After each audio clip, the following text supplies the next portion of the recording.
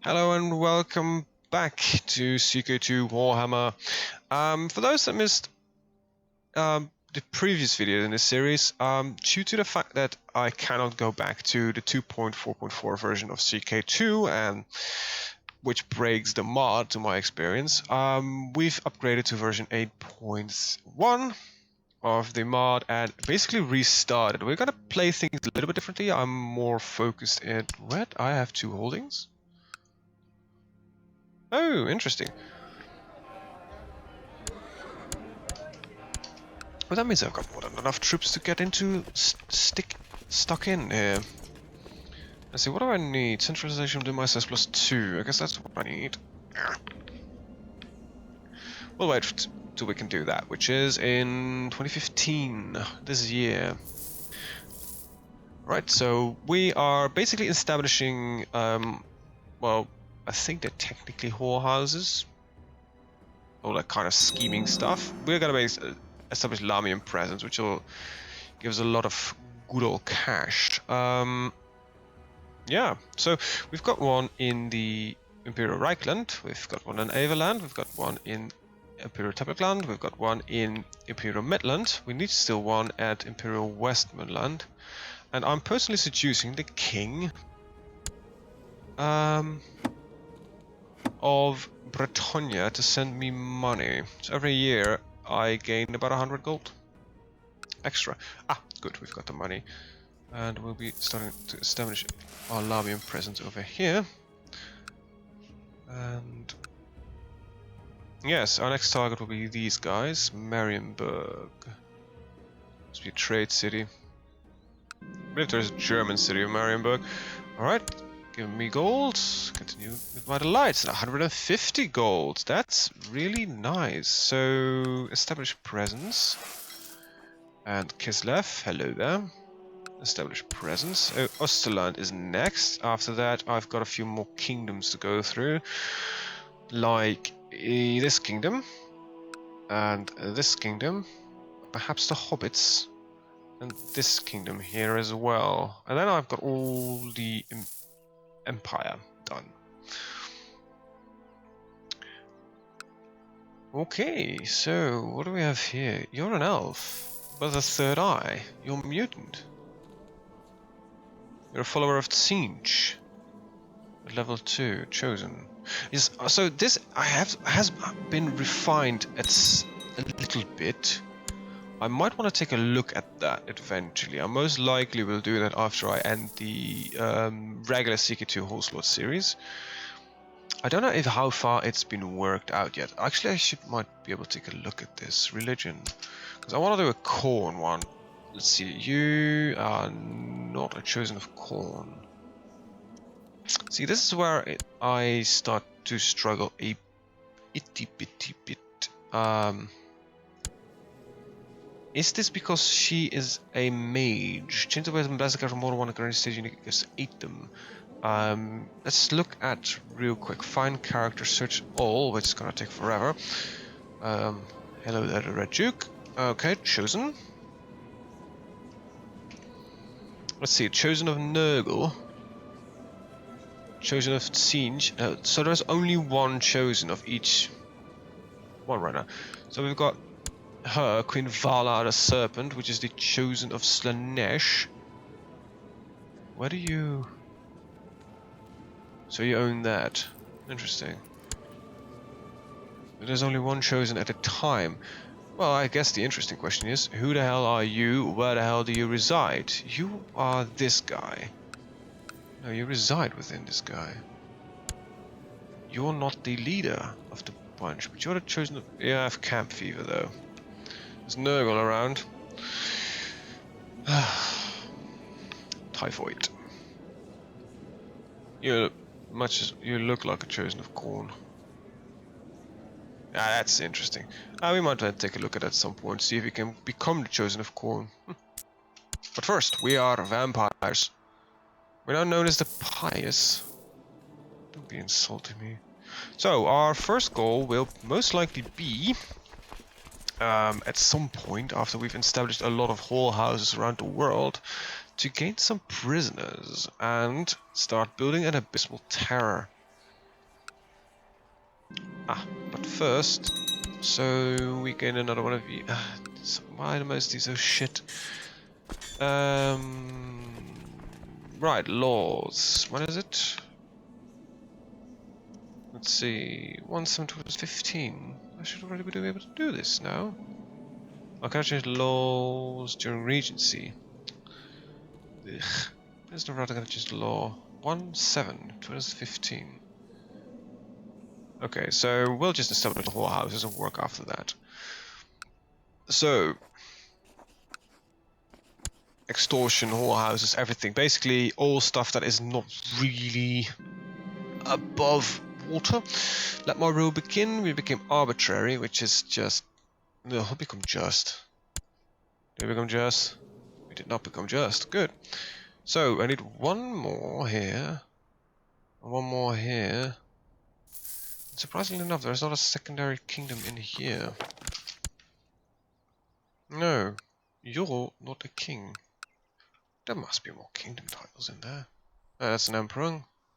Nordland does not... The kingdom of Nordland does not exist, apparently. It's held by the queen. Fascinating.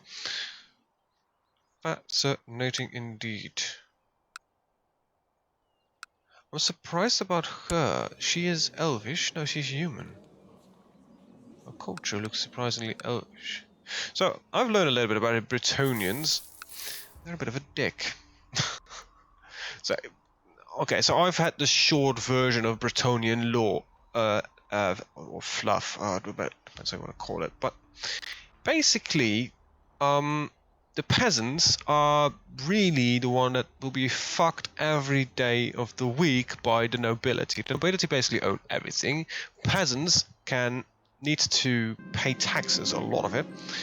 About 1/10 of... No, I said 9/10 of the total, well, crop or profit, depending on how you want to call it, needs to go to the king. Nobles are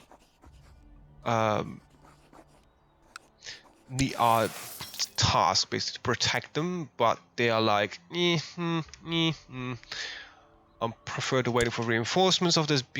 So basically, if a village is attacked by beastmen, and so the Bretonnian nobles will be tasked, the local noble, the lords over this peasant village, is tasked, well, you need to defend this, because it's your village, it's your duty to defend them. But he can just say, well, I want to wait for reinforcements before I help these villagers, and they just let them murder them out. So basically, villages basically always are at the short end of the stick. There are religious taxes. If you don't worship the Lady of the Lake, you're allowed to, but you need to pay tax. But peasants because they're peasants, are not allowed to worship the Lady of the Lake. Only if you're a knight, you're allowed to worship the Lady of the Lake. So all these kinds, but you are forced to practice a religion. So you will just basically forced to pay even more taxes. And you cannot become somebody of noble as a peasant. As a peasant, you will basically always you'll always be fucked. So I believe there have only been two instances where somebody who was not of noble birth became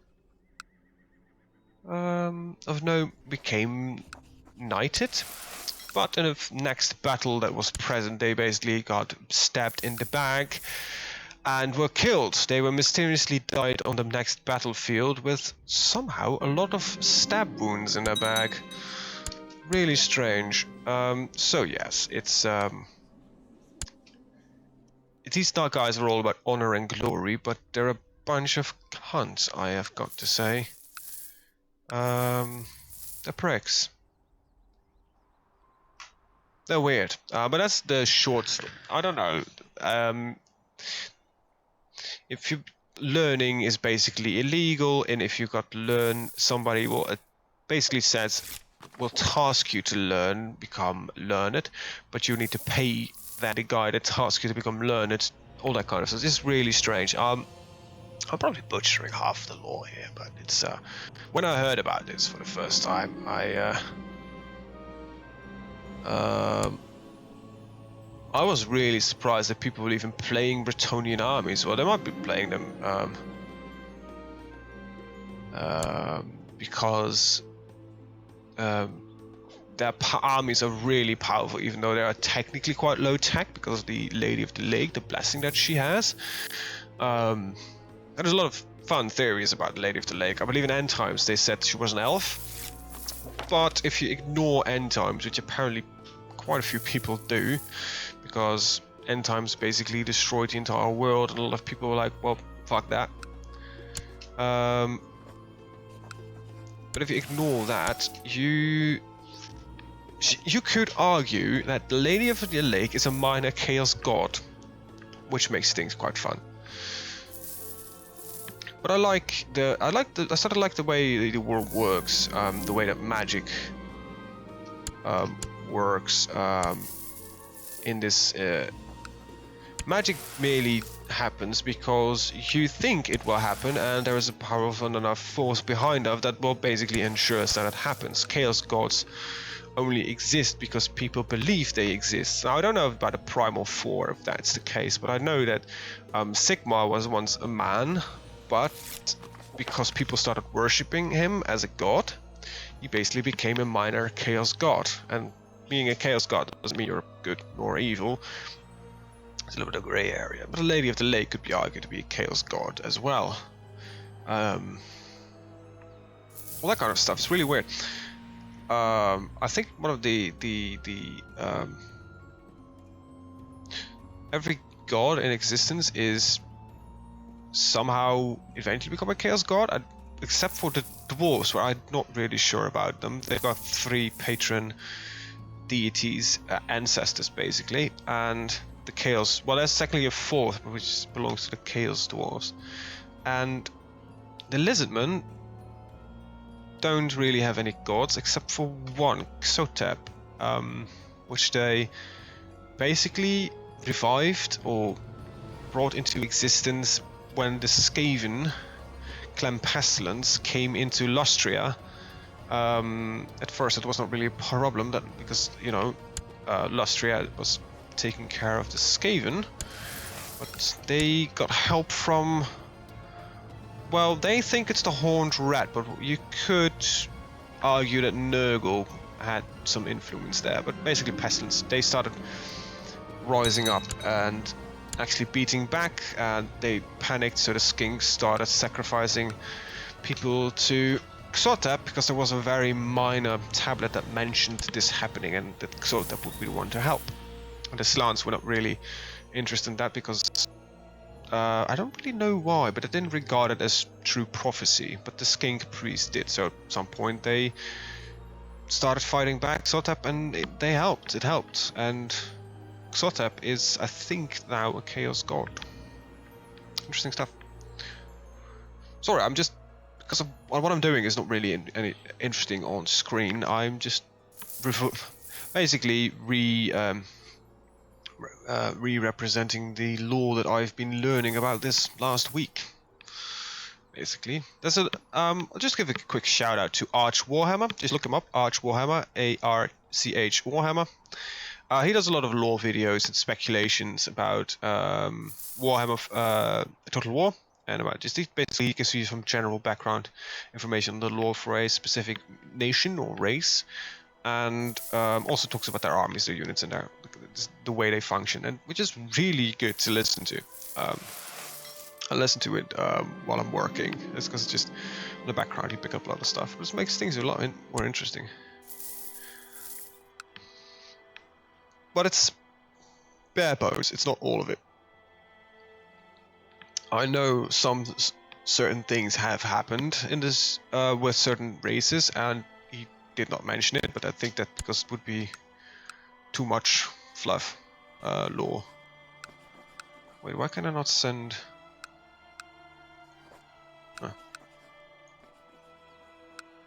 I need to keep an eye on what I've done. So that one, and then those 2. And then I think I've got nearly all of it.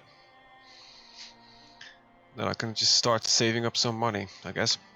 So yeah, it's been really interesting week for me. I've been working on school, and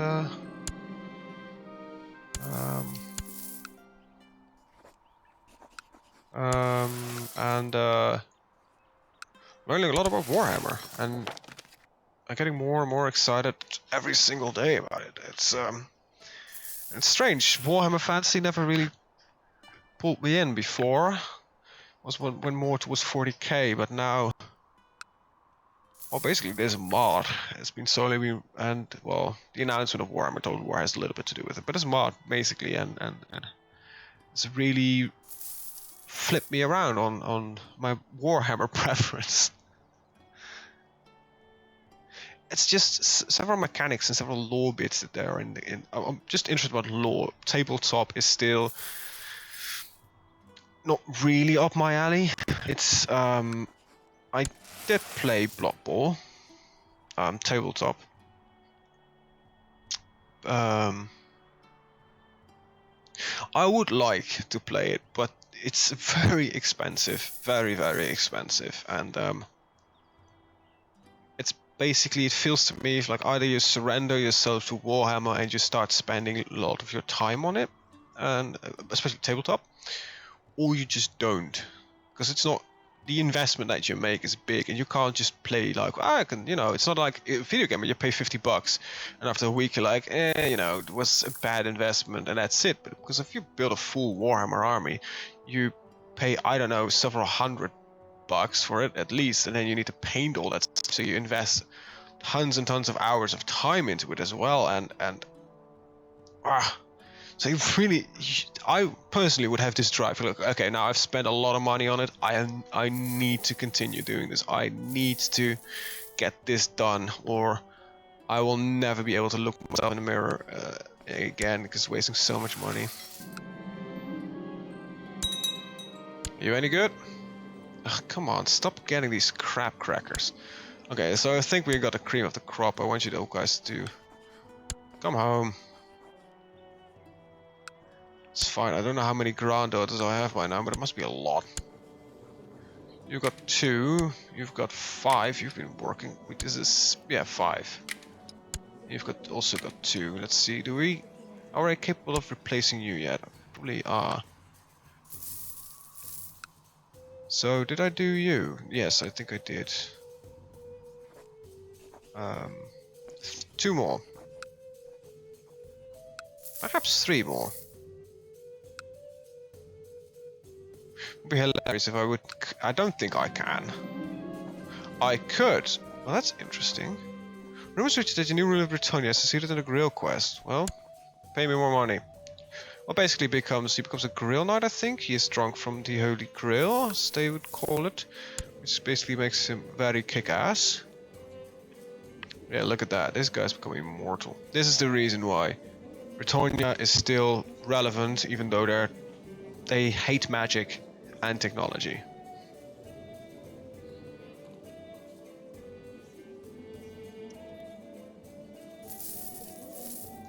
Right. Wait. Strange.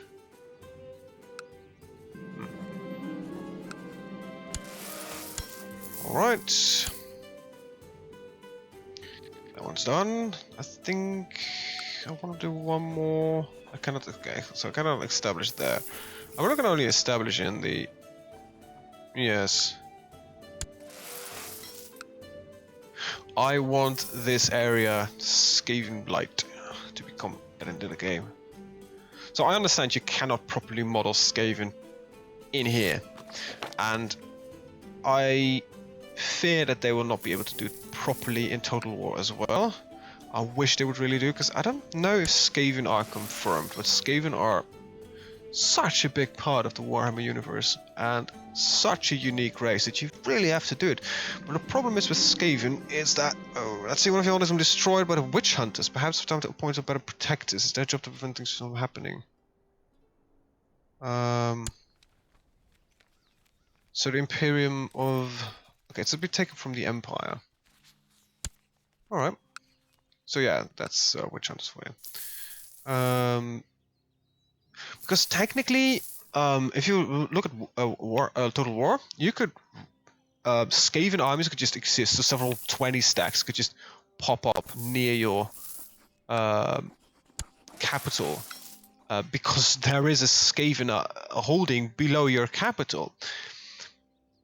I said in a previous video, I don't remember which one, I said that there's only one city that the Skavens have not infested yet. It's actually one, it's this continent, Ulthian. It's the only place where they're not are, because of magic. Skaven are in the rest of the world. They are in, even to the east, there are Skaven holdings. They're just everywhere. I love that about them. They're the most successful race. If they weren't just a bunch of backstabbing bastards, they might actually be able to take over the world. But yeah, they're a bunch of backstabbing bastards, so...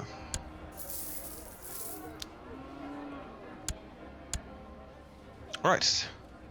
Time to save up for some magic items and then we'll go to war. I think I've got enough money right now coming in through Lamium Seduction.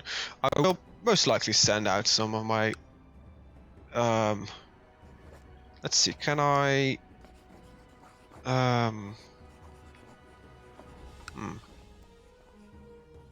Send a seductress to you. How good are you? Just send some attempts. Send seductress. Why not? Well, it should be able to. There we go.